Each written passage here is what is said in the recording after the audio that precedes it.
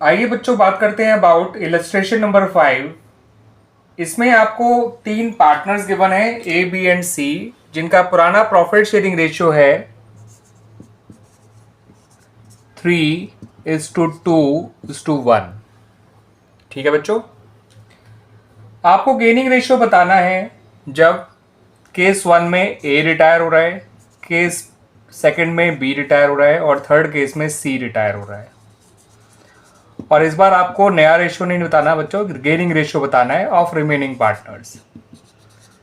ठीक है बच्चों, लेकिन चाहे नया रेशियो निकालने का तरीका हो ऐसे में, चाहे आपका गेनिंग रेशियो, जब कोई एक पर्टिकुलर पार्टनर रिटायर होता है और कोई फर्दर इंफॉर्मेशन नहीं दे रखी होती है, तो ये माना जाता है कि जो बचे हुए पार्टनर्स हैं वो अपने आपस के ही प्रॉफिट शेयरिंग रेशियो में फ्यूचर में प्रॉफिट शेयर करेंगे, यानी उनका आपस का रेशियो ही उनका नया प्रॉफिट शेयरिंग रेशियो और उनका आपस का रेशियो ही उनका गेनिंग रेशियो बन जाता है।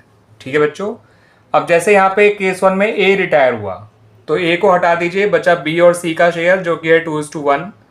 तो ये बी और सी का नया रेशियो भी है और बी और सी का आपस में गेनिंग रेशियो भी है। ऐसे ही जब बी रिटायर होगा तो ए और सी का आपस का रेशियो 3:1, वही उनका नया रेशियो हो जाएगा, वही उनका गेनिंग रेशियो हो जाएगा।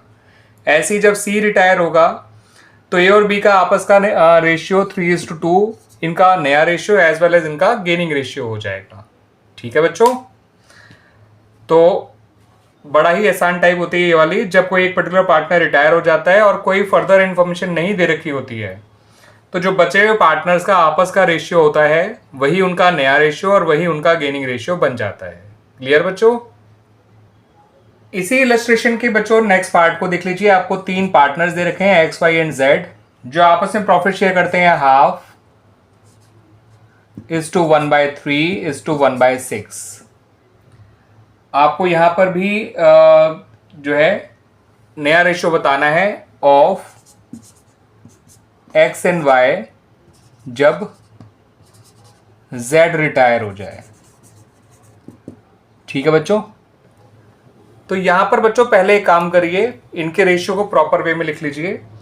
1/3 और 1/6 को हम लिख सकते हैं 3/6, 2/6 और 1/6।